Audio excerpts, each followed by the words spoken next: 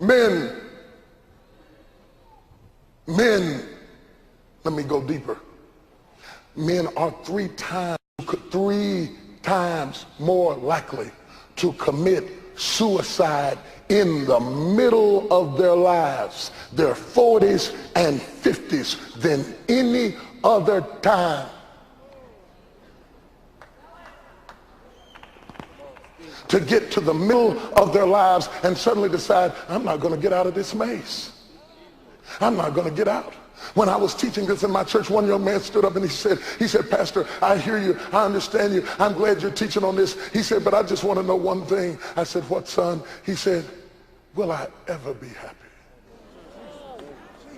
He said, I think I could hold on if I knew that someday I would be happy. And he said, I just want to know, will I ever be happy? He said, I'm not talking about pleasing other people and bringing my truck over to help grandmama move and fixing somebody's flat tire and being there for every crisis in everybody's life and being everybody's Superman. He said, I'm not talking about performing and putting on airs and making points on the team of life. He said, I just want to know, will I ever be happy? Me, not make other folks happy. Will I ever be happy?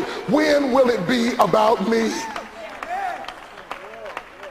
Mother's Day is a big day all over this country. It starts about March. They're marketing for Mother's Day. All the kids are running all over the house getting ready for Mother's Day. It's a big event. All the stores have got all kinds of music, all kinds of songs, everything ready for Mother's Day. They get all kinds of gifts, all kinds of flowers, all kinds of cars. Father's Day passes by so quick, if you blink, you won't even know it happened. You will get some little raggedy tie that they bought on your credit card, some color that you don't need that looks like the tie you got before, and that's how they celebrate us when we stay, but they curse us when we leave.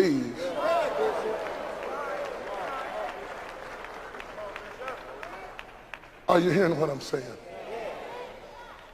And so they die, and they die, and when we die with our lips closed, because we are taught not to say anything. At little ages they tell us, come on, Junior, big boys don't cry. Suck it up, boy, suck it up, suck it up. So we suck it so far up, we asphyxiate and die. And the light can go out in his eye 10 years before his body leaves your house.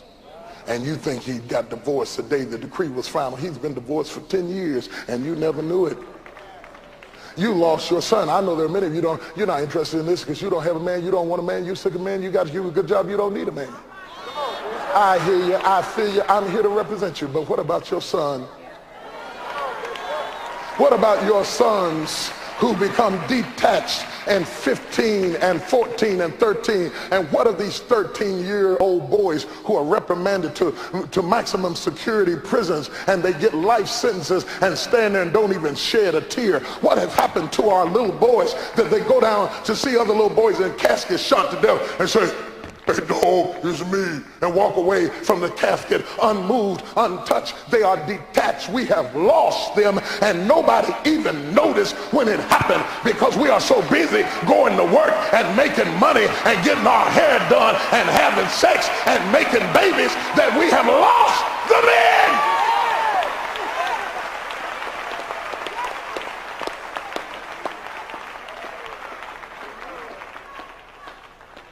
Speaking of losing men, I'm going to tell you something powerful.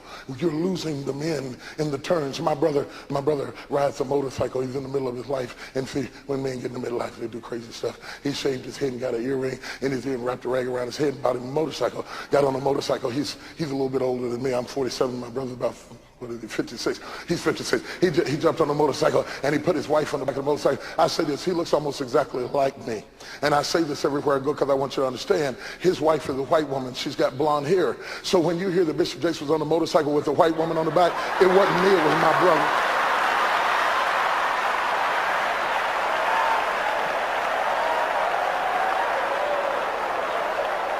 So don't start no rumors about me, about no, I married a sister. Okay, anyway. Ain't nothing wrong with it. Teachers on. Ain't no problem. It's all good. But I'm just making a point. Zoom, zoom, zoom. He gets on the back of the van, and his wife is, her name is Sharon. We call her Ellie Mae because she's country. Both of us come out the hills, and she's wild as wild. Be here. She gets on the back of the Harley with him, and there is zoom, zoom, zoom, and he's going down the road. She says, "Oh, Ernest, stop, Ernest! You're gonna kill us, man! No, Ernest, stop now!" And they just flying down the road, going through midlife crisis.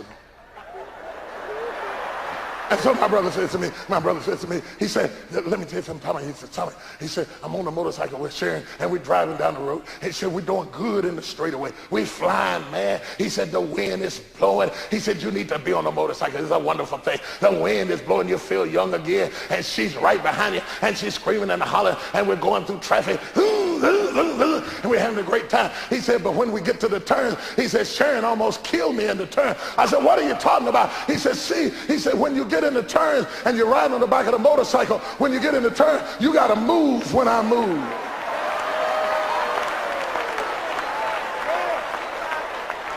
And when he hung up the phone, I said, "Oh, wait a minute, I got to start writing again because you just gave me a point." He gave me an illustration to explain to women where we are losing our sons and how we are losing our husbands and how you're losing men. You're not losing us in the straightaway. You're not losing us in the straightaway. As long as everything is straight and normal and predictable, we do real good. It's in the turns. When you go this way and I go that way, you're losing us in the turns. See? When it's my turn, you have to move the way I move. You have to deal with it the way I deal with it. If I don't come unglued, you can't come unglued. If I'm quiet, you got to be quiet. When I get ready to talk, you got to be ready to talk, because this is my turn and you're losing us in the turns. I'm going to identify some turns for you. Can I do that? If he's a man who loves to work and is responsible and take care of himself, and all of a sudden he loses his job, for him it's a crisis. He's in the middle of a turn. He becomes somber, silent, quiet, reserved, angry, confused, intimidated, and he's in a turn. You got to be careful what you say to him right now. You got to be careful how you react to him right now. He's sensitive. He's vulnerable. He's in the middle of a turn. If he gets to the middle of his life and he's got crisis with the kids and his parents are dying, now he's in a turn. Death is a turn that's unbelievable. If he develops a sickness in his life, something goes wrong in his body, he's in the middle of a turn. And if you're going to make it in the marriage to 50 years and 60 years, you got to be careful. It ain't the straightaways where you're losing us. It's in the turns. When he gets in a turn, you can't let your mouth take over the situation. You got to flow the way he flows, because he's in a turn, and you will lose your son or your husband or your boyfriend or your father. You'll lose him in the turns, and you'll never even know that he fell off and you're riding the bike alone.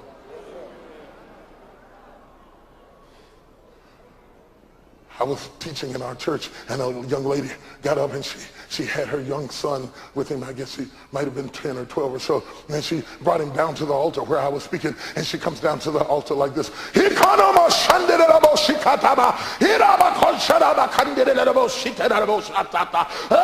And she's dragging the kid. The kid don't even want to come, and she's bringing him down here. She's upset with him. She's confused. She's a single mother, and she's at her wit's end. And she does what most church women do when they have a natural problem. They fight it by becoming more and more spiritual, because she thinks getting more spiritual will make the natural situation get better. So when natural situations get bad for church women, they go deeper in God. They just go out.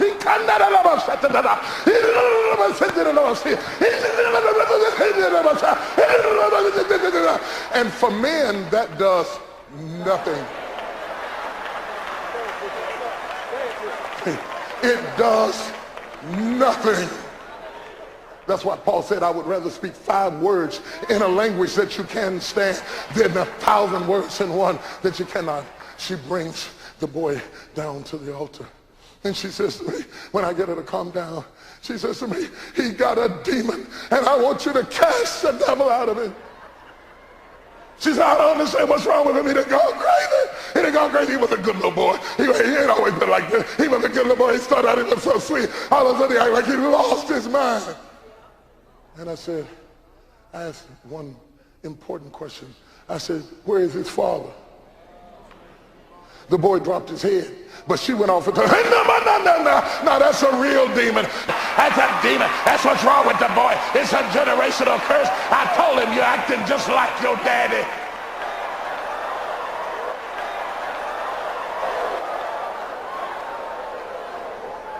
She doesn't know that when you curse a boy's daddy, you damn his masculinity, you confuse his self-esteem, and you make him angry. When he overhears you talking on the phone to your girlfriend about how bad his daddy is,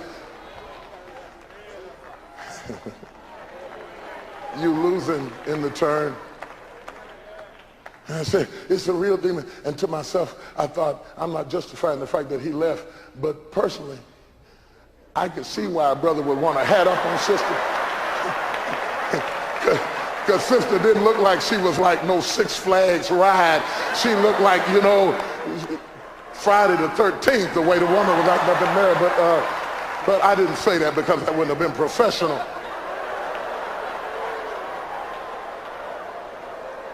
Instead, I pondered in my mind and thought, how can she not understand that this boy is in a turn? 10 or 11 years old, he's in a turn. But because she's never been a boy, she doesn't understand that he's in a turn. And she doesn't understand that he's in a turn, and so she reacts emotionally. And he's just as confused as she is, but they can't talk about it because she doesn't understand what it's like to be a boy. She doesn't understand that testosterone has kicked into his system, and sisters, it is like crack cocaine. One day you are playing with your train set, and the next day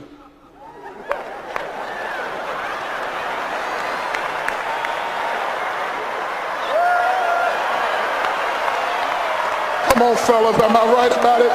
It is crack cocaine. I was in the Cub Scouts. I was learning how to be a good Cub Scout at tie knots, and it hit me like.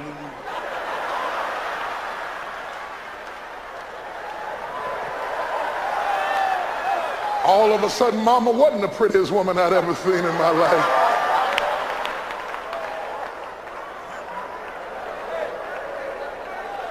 But she doesn't understand that. And she's losing him in the turn. He's confused. He's upset. He's angry. Because let me quickly show you something. I want to show you something. I think this is important. See, women have been trained for relationships all of your lives. You grew up getting ready for, you remember when you got the Barbie and you got the Ken, and Barbie and Ken had the little wedding outfits, and you were playing house with Barbie and Ken? You have been practicing since you were 5 years old for the big day. That's why you get so disappointed when the big day doesn't come, because you've been getting ready for it all of your life. You have been trained. You have a degree in relationships. We do not train our boys in relational skills. Let me go deeper. You're sitting up there, you Susie homemaker, and you're cooking, and you're setting up all the tea sets, and you've got all the plates and the dishes, and you're sitting down at the pizza, and you're kind of, come on, we're going to eat our salad. You have been planning for household duties and relationships and somebody to be with you all of your life. We didn't do that. Then you got in your teenage years, and you were shut up in your room with your Harlequin novel.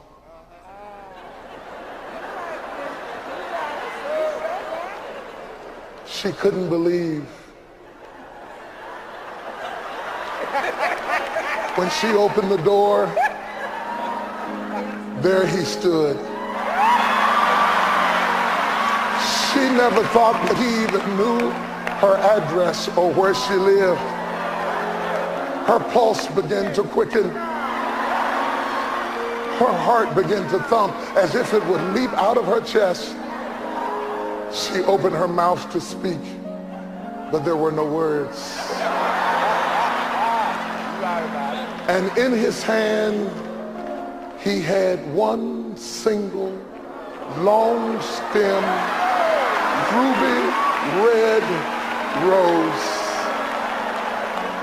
As she reached out with trembling hands to touch the rose, she felt the warmth of his masculine skin and smelt the aroma coming from his masculine frame. And when he opened his mouth to speak, she knew he was the one. I can write it, baby. I can write it on my computer. I'll light you up.